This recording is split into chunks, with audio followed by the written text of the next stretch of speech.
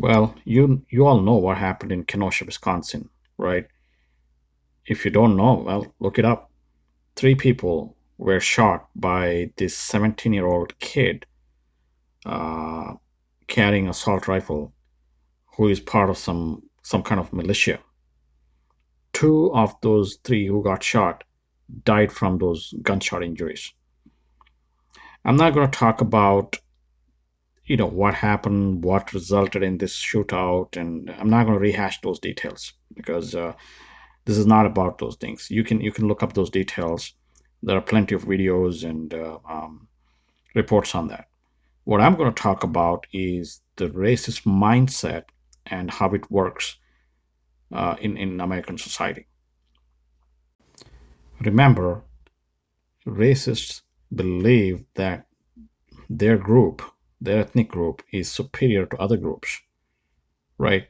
What it implies is that people from their race is always right and others are always wrong. This is the same dynamics, this is the same logic that's going on with Kenosha incident. Listen to some of the opinions or commentary from, you know, some of the videos or some of the podcasts or basically some of the very racist sympathizers. Listen to their talking points. To be honest, it's the same talking points in every incident, right? Uh, the protesters are all anarchists, thugs, and criminals, and this white kid who was carrying a gun and shot two people. He's a patriot and a hero. Uh, he was trying to maintain the order, and he killed in self-defense, right? Well, why can't these black protests peacefully? Blah blah blah, right? This is the same talking points you hear all the time. They don't see the irony here, man, because the massive the racism they have that clouds their judgment. Imagine for a second, imagine the militia was a black group. Imagine the 17-year-old kid was a black kid.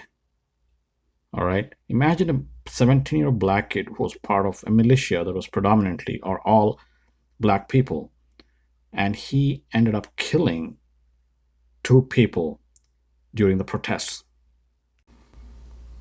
The same racist people would have gone crazy with exactly the opposite logic. It's exactly the opposite talking points when it comes to other groups. Like, oh, what's this kid doing in a different city in the middle of the night? Where are his parents? Why can't this militia or why can't this group protest peacefully? Why are they carrying weapons and killing people? It shows that this community has a culture of violence and anarchy and broken family system, blah, blah, blah. So you get the point. Remember, I told you earlier, for these racist people, their side is always right and the other side is always wrong. You cannot reason with them. It's just a waste of time. But unfortunately, these racist tendencies in American society are quite strong, and it tends to influence every single conversation. I just don't see any hopes at this point in time. Things are getting worse every day.